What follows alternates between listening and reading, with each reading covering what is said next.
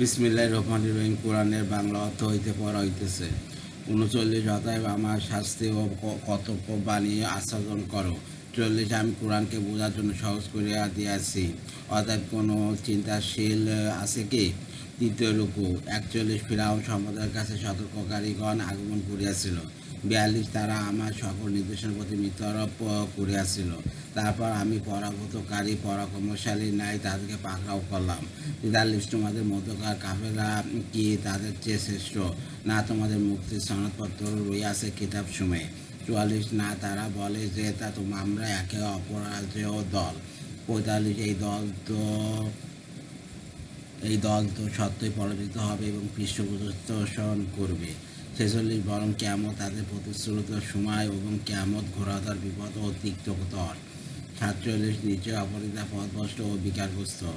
48। যেদিন তোমাদেরকে মুখ হিসেবে টেনে নেওয়া হবে যার নামে বলা হবে অগ্নির খাদ্য আস্বাদন করো। 49। আমি প্রত্যেক বস্তুতে পরিমিত রূপে সৃষ্টি করিয়াছি। 50। আমার কাজ তো এক মুহূর্তে চোখের পলকের মতো। 51। আমি তোমাদের সমমনা লোকদের ধ্বংস করিয়াছি, অতএব তো কোনো চিন্তাশীল আছে কি? 52। তারা যা কিছু করিয়াছে সবই আপন নামায় লিপিবদ্ধ আছে। 53। ছোট ও বড় সবই লিপিবদ্ধ। 54। খোদা বিরূপ থাকবে জান্নাতে ও নির্ঝনিতে। 55। যোগ্য আসনে ও সর্বাধিপতি সম্রাটের সান্নিধ্যে। সূরা আর রহমান 55 আয়াত 78 মদিনা অবতীর্ণ। রুকু 3। পরম করুণাময় ও অসীম দয়ালু আল্লাহর নামে শুরু করছি। 1 করুণাময় আল্লাহ। 2 শিক্ষা দিয়েছেন কোরআন। 3 সৃষ্টি করিয়াছেন মানুষ। 4 তাকে শিখিয়াছেন বর্ণনা। 5 সূর্য ও চন্দ্র হিসাব মতো চলে। 6 এবং তৃণলতা ও বৃক্ষদি সেজরত আছে। 7 তিনি আকাশকে করিয়াছেন সমুন্নত এবং স্থাপন করিয়াছেন তুলাদণ্ড। 8 যাতে তোমরা সীমালঙ্ঘন না করো তুলাদণ্ডে। 9 তোমরা ন্যায্য ওজন কায়েম করো এবং ওজনে কম দিও না। 10 তিনি পৃথিবীকে স্থাপন করিয়াছেন সৃষ্টিজীবের জন্য। 11 এতে আছে ফলমূল বহিরাবরণ বিশিষ্ট খেজুর বৃক্ষ।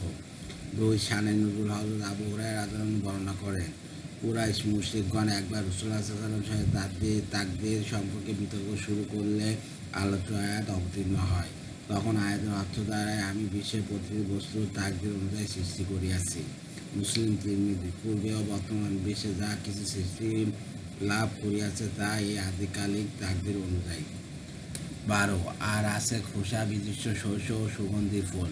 13 অতএব তোমরা উভয় তোমাদের পালনকর্তার কোনো কোনো অবদানকে অস্বীকার করবে। 14 তিনি মানুষকে সৃষ্টি করেছেন পোড়ামাটির ন্যায় শুষ্ক মৃত্তিকা থেকে।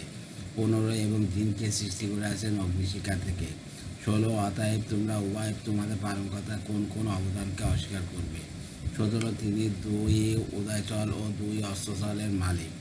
18 অতএব তোমরা উভয় তোমাদের পালনকর্তার কোন কোন অবদানকে অস্বীকার করবে। 19 তিনি পাশাপাশি 2 দরিয়া প্রবাহিত করিয়াছেন।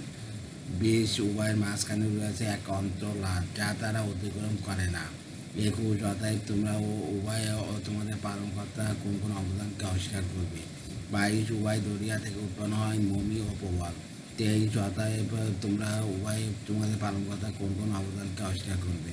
24 দরিয়ার বিছানশীল পর্বতদৃশ্য যাহার সমূহ তারই নিয়ন্ত্রণাধীন। 25 অতএব তোমরা উভয়ে তোমাদের পালনকর্তার কোন কোন অবদানকে অস্বীকার করবে। দ্বিতীয় রুকু। 26 ভূপৃষ্ঠের সব কিছু ধ্বংসশীল। 27 একমাত্র আপনার মহিমা ও মহানুভ পালনকর্তার সত্য ছাড়া। 28 অতএব তোমরা উভয়ে তোমাদের পালনকর্তার কোন কোন অবদানকে অস্বীকার করবে। 2 29 নবমণ্ডল ও ভূমণ্ডলের সবই তাঁর কাছে প্রাপ্তি, তিনি সর্বদাই কোনো না কোনো কাজে রত আছেন। 30 অতএব তোমরা উভয় তোমাদের পালনকর্তার কোন কোন অবদানকে অস্বীকার করবে। 31 হে জিন ও মানব, আমি শীঘ্রই তোমাদের জন্য কর্মমুক্ত হইয়া যাব। 32 তোমরা অতএব তোমরা উভয় তোমাদের পালনকর্তার কোন কোন অবদানকে অস্বীকার করবে। 33 হে জিন ও মানব কোন নবমণ্ডল ও ভূমণ্ডলে প্রাপ্ত ও অতিক্রম করা যদি তোমাদের মধ্যে কোলায় তবে অতিক্রম করো, কিন্তু ছাড়পত্র ব্যতীত তোমরা তা অতিক্রম করতে পারবে না। 34 অতএব তোমরা উভয়ে তোমাদের পালনকর্তার কোন কোন অবদানকে অস্বীকার করবে। 35 ছাড়া হবে তোমাদের প্রতি অগ্নিস্ফুলিঙ্গ ও ধূমকুঞ্জ, তখন তোমরা সেসব প্রতিহত করতে পারবে না। 36 অতএব তোমরা উভয়ে তোমাদের পালনকর্তার কোন কোন অবদানকে অস্বীকার করবে। একটি আলোচ্য আয়াতে তাফসীরে বলা হয়েছে সমগ্র সৃষ্টির মধ্যে সেই সব বস্তু স্থায়ী যা আল্লাহ তাআলার দিকে আছে। এটা আল্লাহর সত্তা ও মানব দানবের কর্ম ও অবস্থা যা আল্লাহর কাছে সম্পর্কযুক্ত, তাই চিরস্থায়ী অক্ষয়।